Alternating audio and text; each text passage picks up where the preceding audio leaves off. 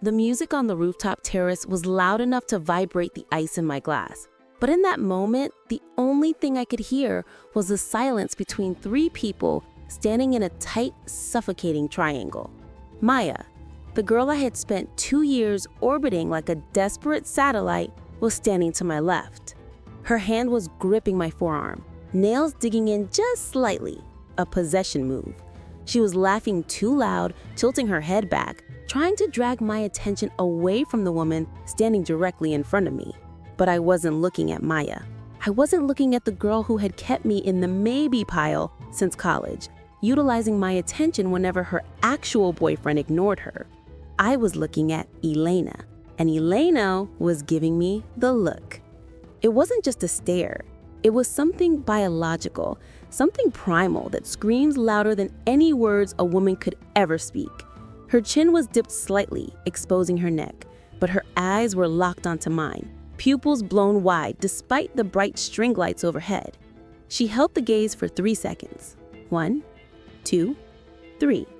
Then her eyes darted down to my lips and snapped back up to mine. In that split second, the power dynamic in the air shifted so violently I almost felt the wind change. Maya felt it too. She tightened her grip on my arm, her laughter dying into an awkward cough. She sensed she was losing, but she didn't understand why.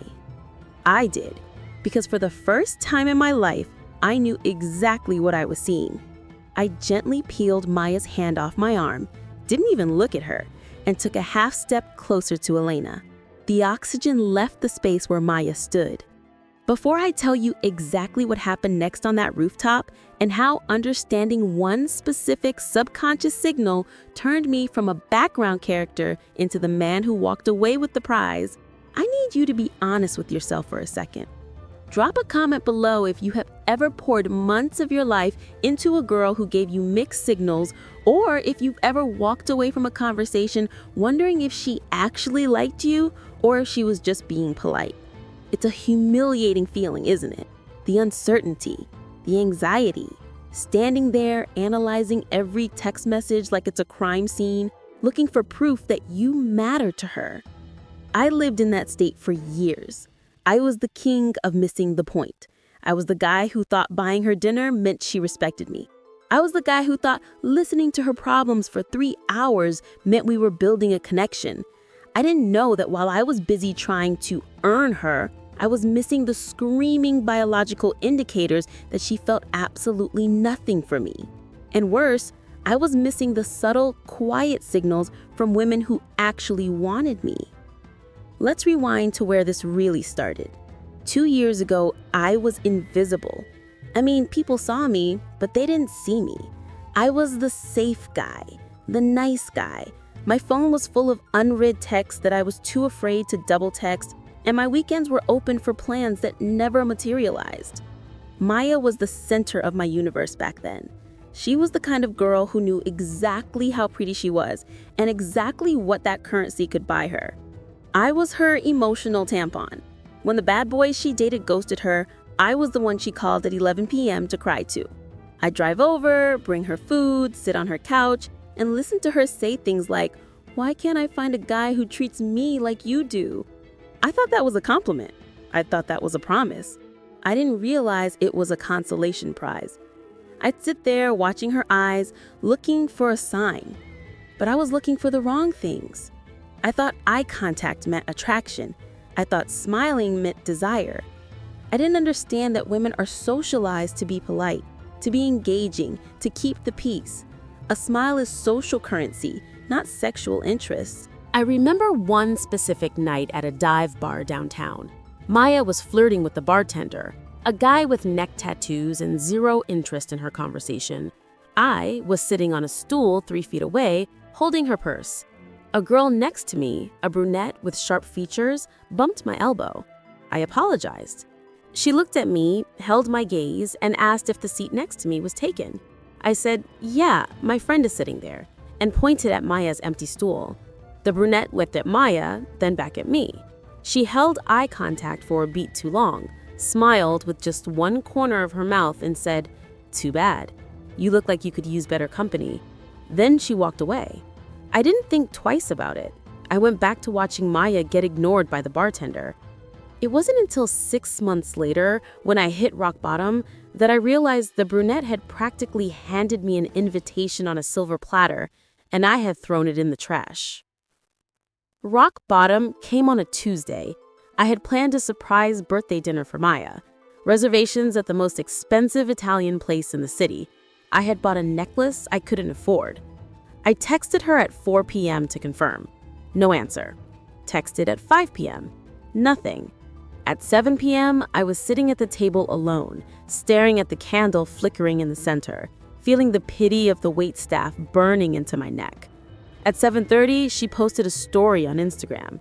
She was at a house party, sitting on the lap of the guy she had cried to me about the week before. The caption read, "With my favorite person." No text to cancel, no excuse. Just total, utter disregard. That was the moment the nice guy died. I didn't make a scene. I paid the bill, walked out to my car, and drove home in silence. I blocked her number that night. But blocking her wasn't enough. I needed to understand why I was so blind. I needed to understand the mechanics of attraction because clearly my intuition was broken. I spent the next year obsessively studying evolutionary psychology, body language, and nonverbal communication. I stopped listening to what women said and started watching what they did. I learned that attraction isn't a choice, it's a biological reaction. It's involuntary. A woman can lie with her words. She can say, "I love you," when she's bored. She can say, "I'm not ready for a relationship," when she just doesn't want you. But she cannot control her pupils. She cannot control the direction her feet point. She cannot control the microscopic micro-expressions that flash across her face when a man she actually desires walks into the room. I realized that for my entire life, I had been focusing on social signals. Laughing, talking, being friendly. Those are things women do to be safe and polite. I had completely ignored the mating signals, the signs of genuine burning desire. The biggest revelation was the look. The scientific term involves a combination of pupil dilation, the copulatory gaze, and submissive posturing. But in the field, it looks very specific. It's a look that bypasses the logical brain. It happens when a woman feels a spike in dopamine and oxytocin just by looking at you. I realized that the brunette at the bar had given me a version of this. She had entered my personal space. She had held the gaze until it was uncomfortable. She had insulted my current situation to test my frame. I failed the test, but I swore I wouldn't fail again. I started practicing. I went out alone. I stopped trying to be liked and started trying to be observant. I watched couples. I watched the way a girl looks at a guy she's trying to leave versus a guy she's trying to take home. The difference was night and day. The first time I saw it in the wild after my education was at a coffee shop. I was reading a book, minding my own business.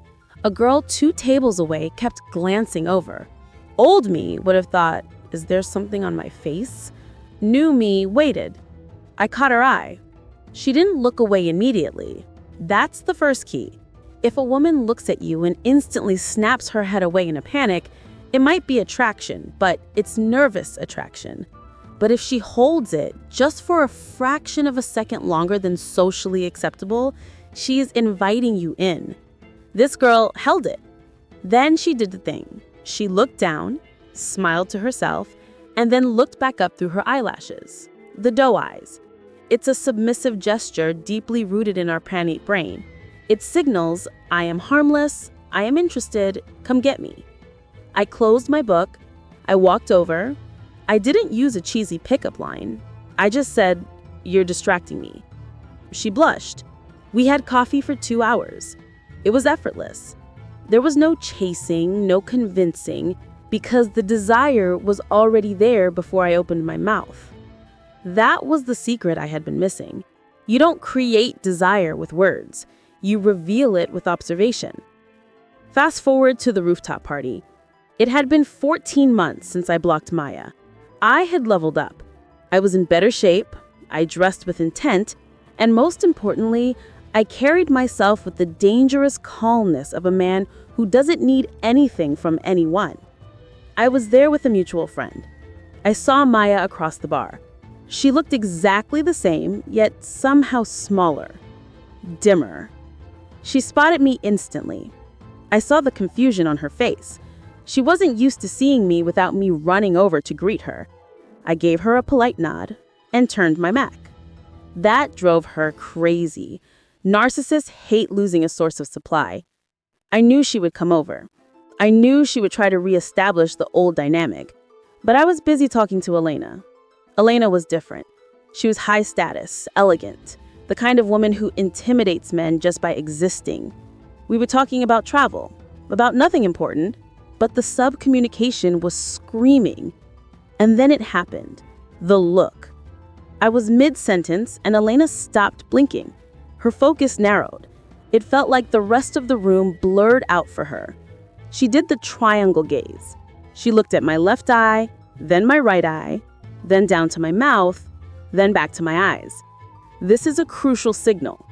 When a woman looks at your mouth while you are speaking, she is subconsciously imagining kissing you. It is a suppression of the urge to get closer. I paused my sentence. I let the silence hang. I didn't rush to fill the void. I let the tension build. That's when Maya crashed the set. She walked up, grabbed my arm, and tried to mark her territory. "Mark! Oh my God! I haven't seen you in forever!" she shrieked, her voice sharp and brittle. She ignored Elena completely. She was trying to big-time her, trying to show Elena that she had prior claim on me. Old me would have introduced them awkwardly.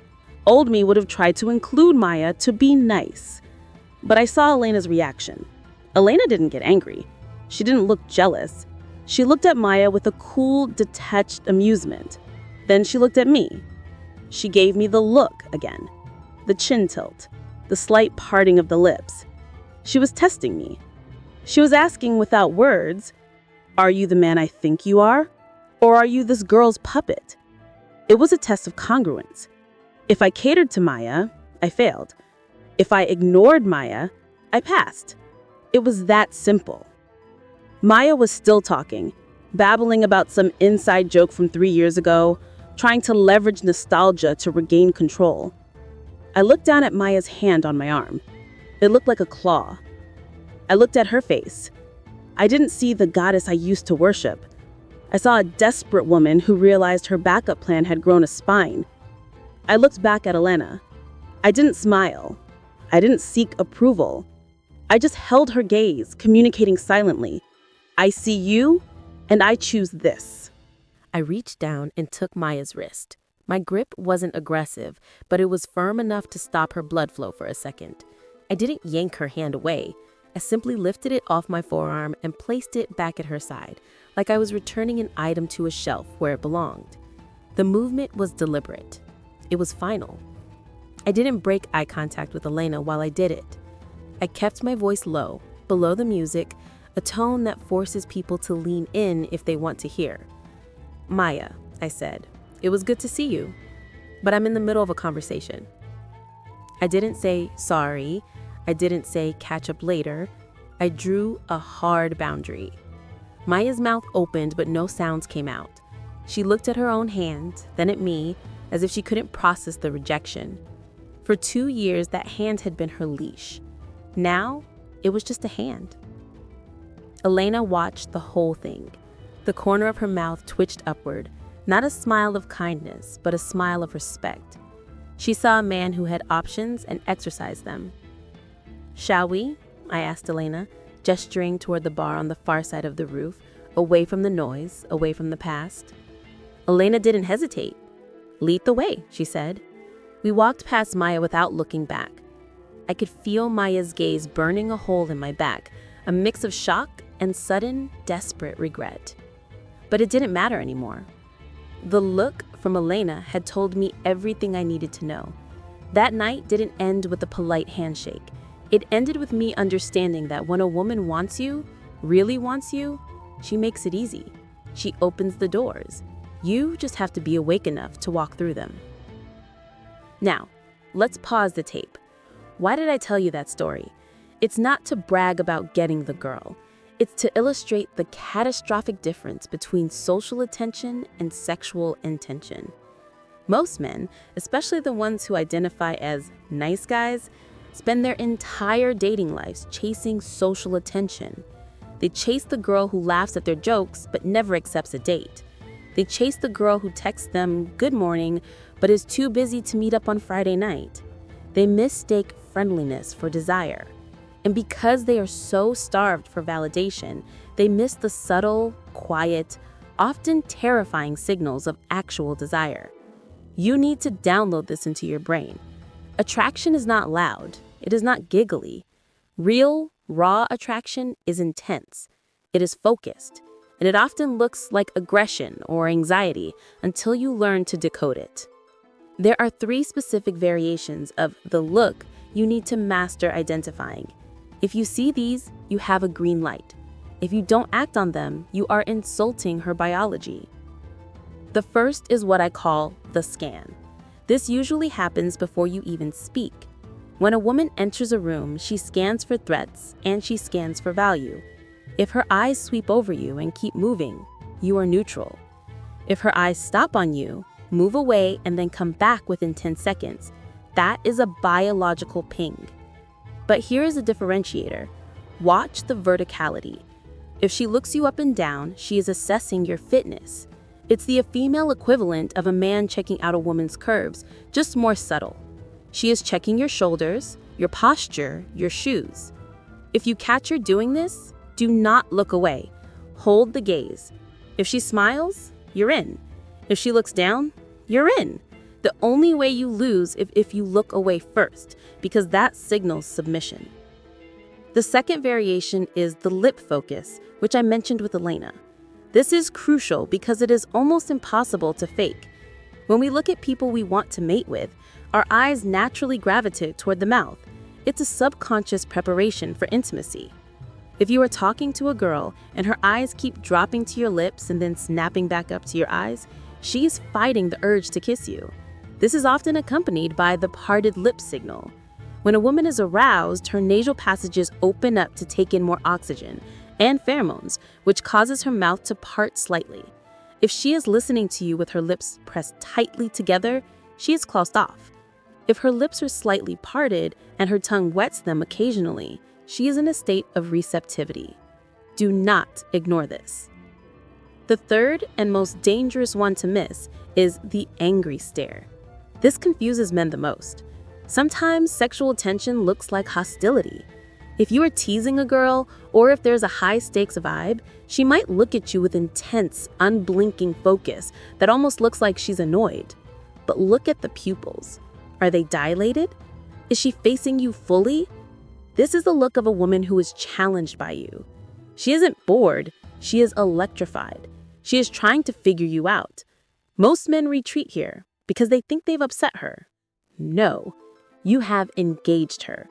This is the bedroom eyes look. Heavy lids, slow blinking, intense focus. It means she is surrendering her social guard. You have to understand the psychology of why women use these silent signals instead of just walking up and saying, "I like you." It comes down to plausible deniability. Women are socially conditioned to avoid rejection and to avoid being seen as easy. If she comes up to you and says, "You're hot," and you reject her, she loses massive social status. But if she just looks at you a certain way and you don't respond, she can pretend she was looking at the wall behind you. She risks nothing. The burden of risk is on you. You are the man. You are expected to bridge the gap. Her look is the invitation key. She unlocks the door, but you have to turn the handle. If you stand there waiting for her to open the door all the way and drag you inside, you will die waiting. Think back to the revenge element of my story. Why was it revenge? Because the greatest revenge against a woman who played with your time is to remove your attention completely and give it to a woman who actually appreciates it. Maya didn't care about me until she saw another woman devouring me with her eyes. That is the dark truth of pre-selection. Women want what other women want. When you learn to read these signals, you stop wasting time on the Mayas of the world. You stop being the emotional tampon. You stop being the orbiter. You become a heat-seeking missile for genuine desire. I want you to try an experiment this week. Go to a public place, a bar, a coffee shop, a mall. Do not look at your phone. Stand tall, look people in the eye, and just observe. Stop looking for the girl who is being the loudest. Look for the quiet signals. Look for the girl who fixes her hair when you walk by. That's the preen, a grooming gesture. Look for the girl who exposes her neck. Look for the girl who holds your gaze for that extra half second. When you see it, don't overthink it. Don't try to come up with a clever line. Just walk over and say, "Hi." That's it. The look was the conversation starter. Your hi is just the confirmation. You spent years missing these signs. You spent years wondering why you weren't good enough. You were always good enough, but you were blind. You were broadcasting on the wrong frequency. Today, that stops. The next time a woman gives you the look, you won't question it. You won't look behind you to see if she's looking at someone else. You will lock eyes, you will smirk because you know the secret, and you will step into the frame. Because the only thing worse than being rejected is realizing 5 years later that she was begging you to approach her, and you were too busy looking at your shoes to notice.